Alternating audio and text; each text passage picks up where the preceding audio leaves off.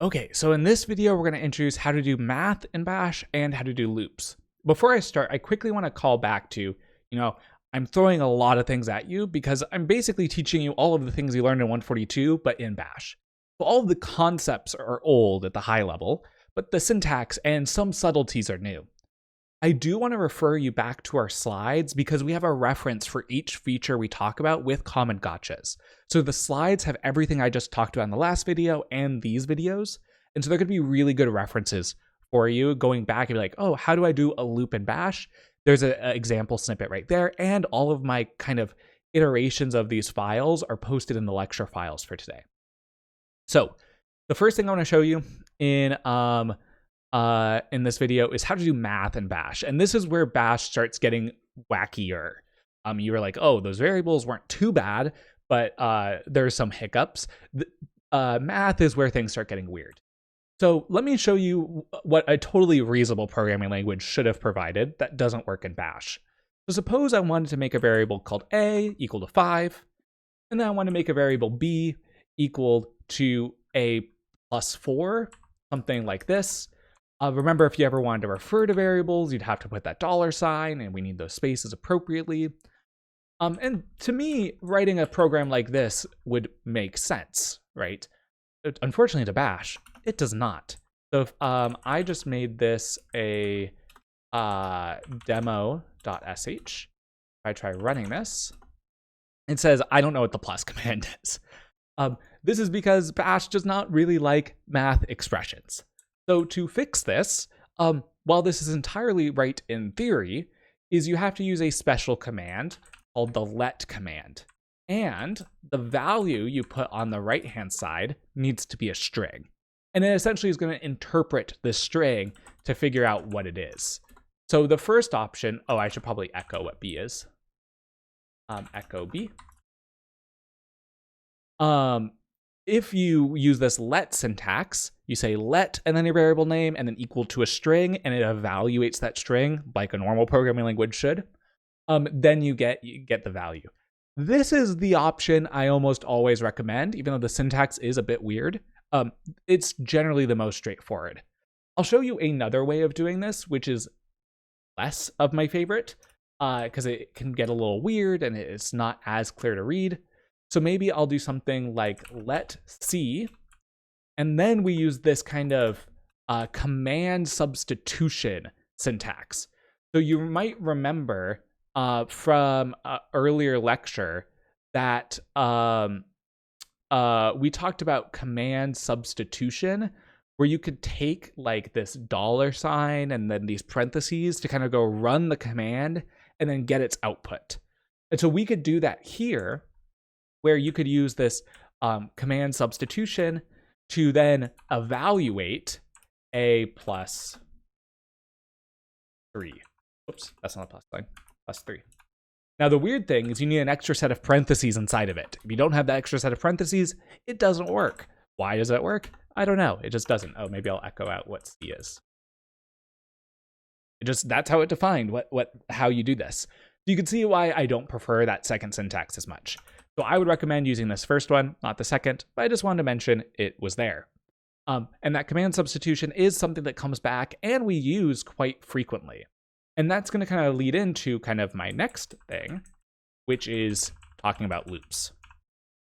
So I'm just going to delete all this and work in this file still, but I have all of these other files with different versions of these programs. Okay, so next thing, again, hodgepodge of random language features. The next thing is how to do a loop. So as a reminder, one command that you learned earlier was the sequence command. So if you use sequence 1 to 5, it prints out the numbers 1, 2, 3, 4, 5. So start and end inclusive. We can use this seek command in our loop. Before I show you the loop syntax, because it's a little bit funkier, as everything in Bash, it gets a little funkier each time. I do want to remind you about this command substitution. So if you do something like you just want to print the output of a command, you could always just call the command. But another workaround is to do something like, I want to save the output of a command into a variable. And remember, with this command substitution, it goes runs that command, grabs the output, and uses it wherever you want. So this is a very common pattern for command substitution, where I told you, oh, most of the times you want to use something like xargs. In bash scripts, command substitutions are really useful. And then you could go ahead and echo whatever you want here and say like contents. So if I go run this, you can see it prints out all of the contents. It captures the output of ls and stores that into the variable. Now we can use this in our idea of a loop in bash, because a loop in bash really just needs you to loop over kind of, in some sense, a list of output. So what I could do is I could say for num in, and then I use this command substitution to say seek 1, 5. So that's like the header of the for loop. For number in this kind of output of this command. And then we use this kind of weird thing where we use a semicolon and then type do. And then you put whatever you want inside your loop. So I'm going to type echo.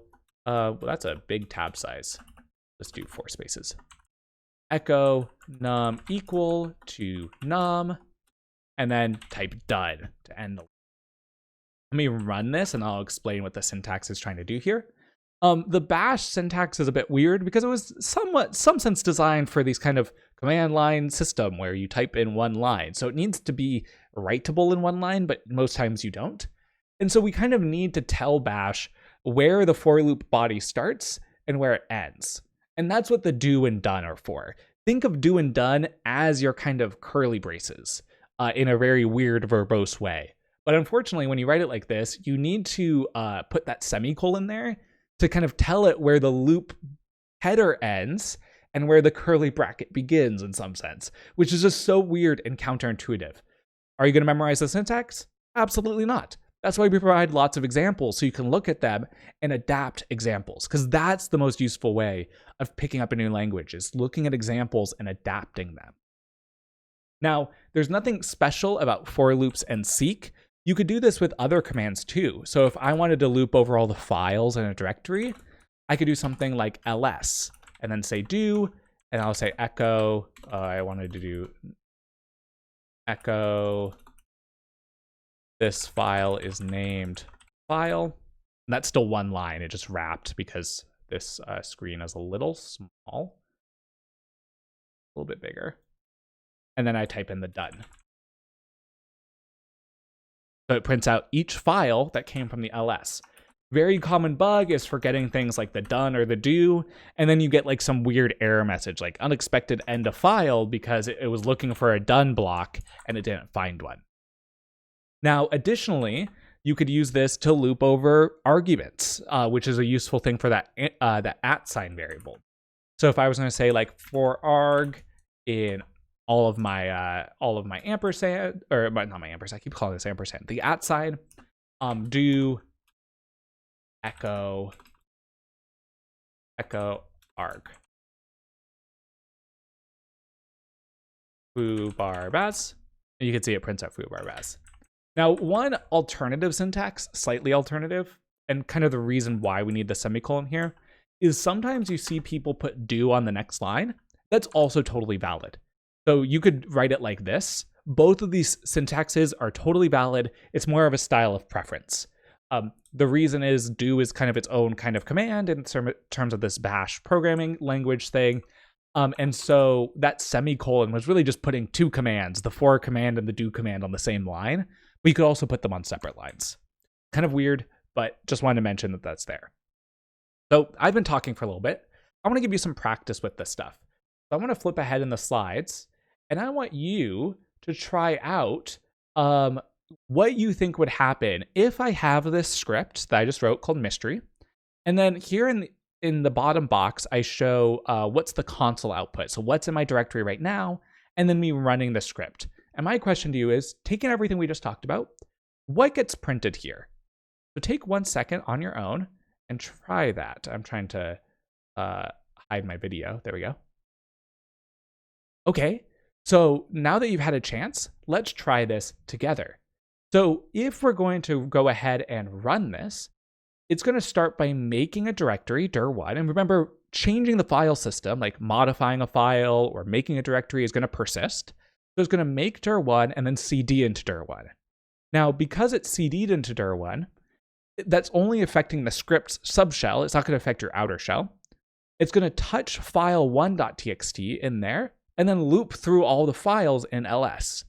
The big question is, when you run ls in this script, which directory are we in? Well, we're in the dir1 that we just made.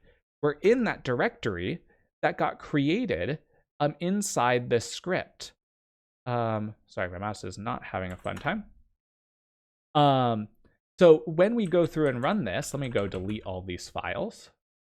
And if I did something like make dir1, cd dir1, touch file1.txt, and then I go through and loop for each file in ls to echo f, done. Sorry, it's not having fun with me right now. If I go ahead and run this, it prints file1 and also printed an error message or a warning from make dir. Now that was because I already had a dir1 there, so that was not part of the output I was expecting.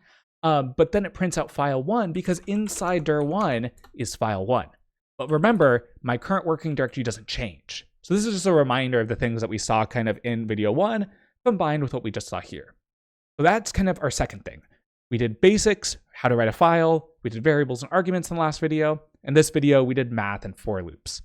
In the next video, we're going to introduce kind of the last new set of language features, which is if statements. I'm going to go ahead and stop.